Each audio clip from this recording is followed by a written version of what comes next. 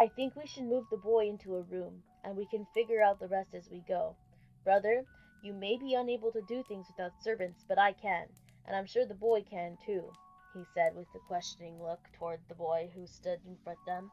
He did believe that this boy should have some knowledge about the ongoings of a noble household. Noelle did know how to do plenty of things. She used to work for a lord as a servant before. She did not mind helping, although she thought this lord would be more beneficial than he was. But she was unsure of correcting these men on them, thinking she was a boy. She knew that being a female could create problems for her, and she let them believe in whatever, for now anyway. I know how to do many things. I can help. All right, then. I will move the boy, Oliver said, and re-entered the main room. He did not think that they should wait on moving the boy. He wanted to get this boy well, which was better done in a bed than on the floor. Noelle was about to follow the man, but the other man stopped her by grabbing her arm. She gazed at him and wondered what he wanted. She did think he was an overly arrogant man. Do not think this is over. Once your brother is well, you both will be hauled off to prison for breaking into my home. Do I make myself clear? He cruelly told her. He had no desire to help them, but to send them away for being such a problem. It was what they deserved. They chose to break into his home. They will get the consequence of the action. She pulled her arm out from his grasp and walked away from him.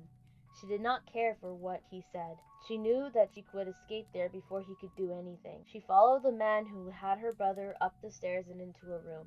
They walked into the room, and once they reached the bed, she pulled the covers and the man placed her brother under the covers.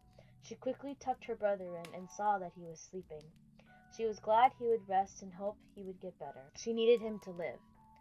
She did not wish to be living her life without him. They both moved out of the room, and Oliver closed the door.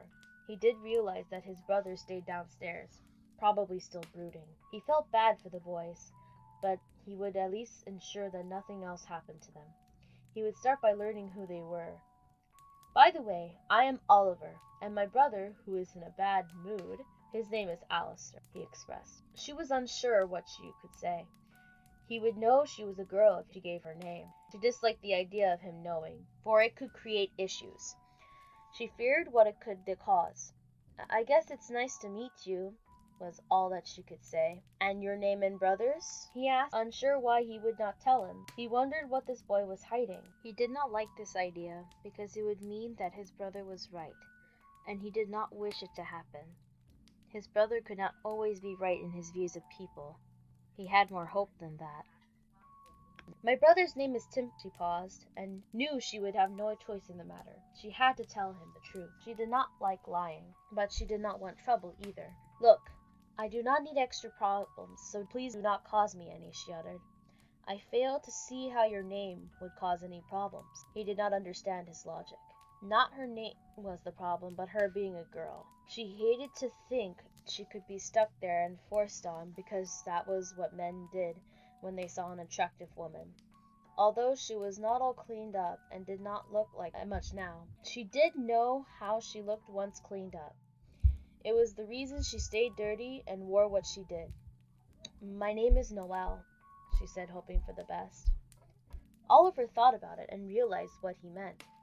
He was not a boy, but a girl. He smiled at her. Oliver did not believe she had anything to worry about. He and his brother were not that kind of men. So you are a girl. Do not worry. I have a wife, and my brother, well, he is something special altogether. He does not see women as something he needs in his life. So you have nothing to worry about. As much as I appreciate you saying this, just because you have a wife means nothing. And I know men see something they like and just take it. I would rather be left alone, she said. She had been through this before. She had been attacked as well as pursued. She did not wish it again. You really do not have anything to fear. My brother and I are too old for such stupidities. Anyway, you were what? 12? I do not believe you have to fear us when it comes to that, he reassured her. He could never take a girl like that. He did know some men did, but he could not. She was almost the same age as his daughter. He would feel horrible if he had an interest in a girl. No, he happened to love his wife and was happily married. No reason for her to be afraid. She could not believe her luck. He thought of her as a child. She supposed that was good enough for now. She had no intentions of letting either man know that she was 19. That was none of their business. I guess I will go downstairs and see if I can make anything to eat. I'm sure you and your brother are hungry or will get hungry, she suggested. She did not wait on a response. She left them there. Hello! If you liked what you heard, the full book is down in the description. Also, the author and her other books are also down in the description as well. I hope you enjoyed listening and have a Merry Christmas and Happy Holidays.